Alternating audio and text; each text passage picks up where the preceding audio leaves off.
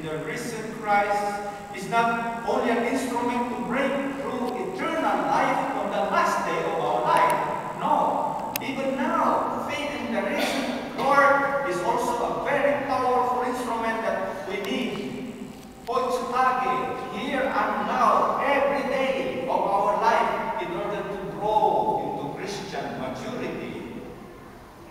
That is what happened to the apostles. When Jesus died, they were a group of frightened apostles and hid themselves in the upper room, takot lahat. It was only until they fully believed that Jesus is risen from the dead that they come out into the open and even became courageous preachers and missionaries trying to do as Jesus did. And they are not even afraid to die as Jesus died. Now, to use the analogy of the chick within the egg, the apostles were like chicks imprisoned in their narrow and selfish shells. And all they needed is this instrument of faith in the risen Lord to break out of their shell into a life generous, courageous, and dedicated missionaries in their service and in their love. And so, as Christians, we will have to break also through our own many different layers of shells which hinder us from growing into mature Christians. Sadly, millions of Christians, they grow older and older, but they never grow up. They don't mature. Tumatanda na tumatanda, pero hindi naman nagmamature. They are stuck in a way in this perpetual spiritual state of being a chick. Ano ba? Sabihin natin, let's call it spiritual babyhood.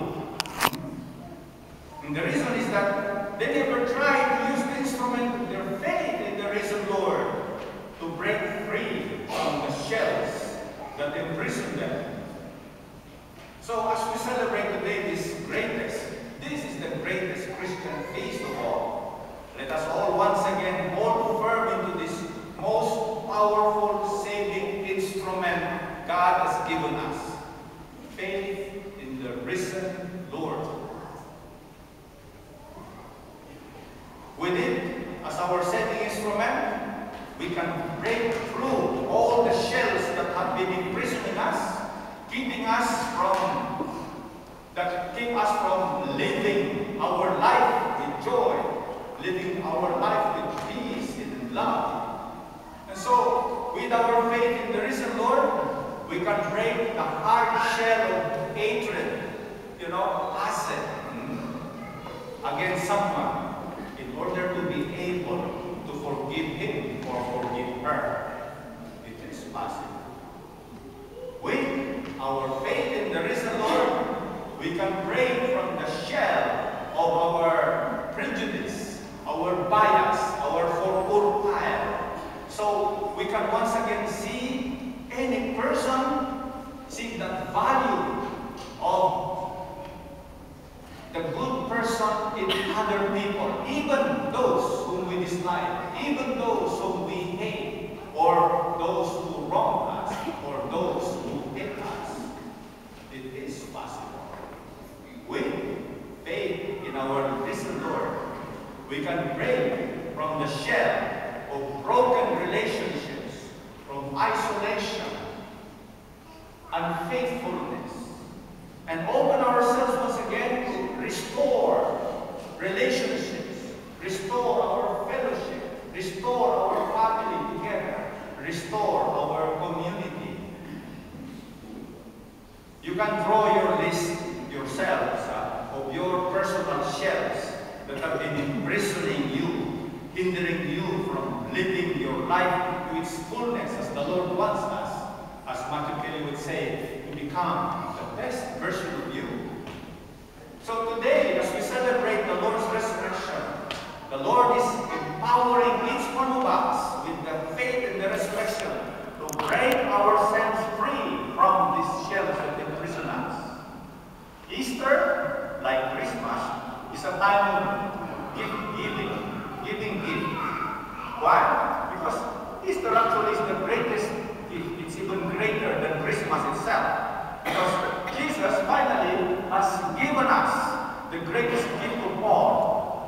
is very light, so that we can all have everlasting life.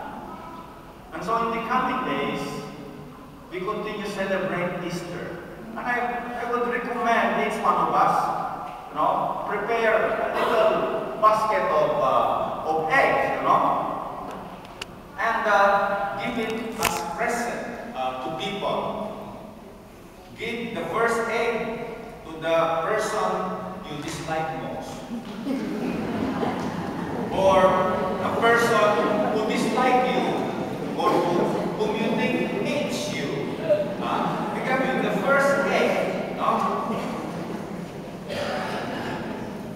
and when you give the egg, let me show you how to give it. It's not like this. What about too bad if it is raw,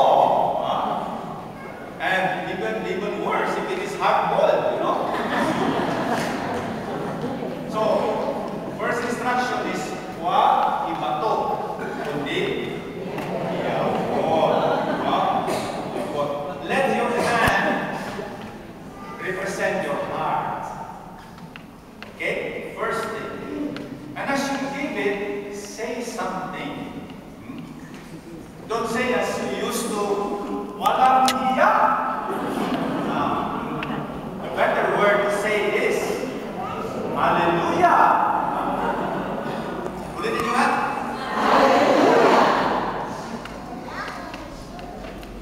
So, and don't say, mamatay.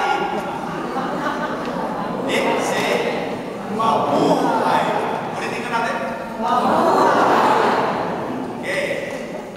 So, you can do that, right? Yeah. And of course, because we believe that Jesus is risen from the dead, we can all say, yes, we can.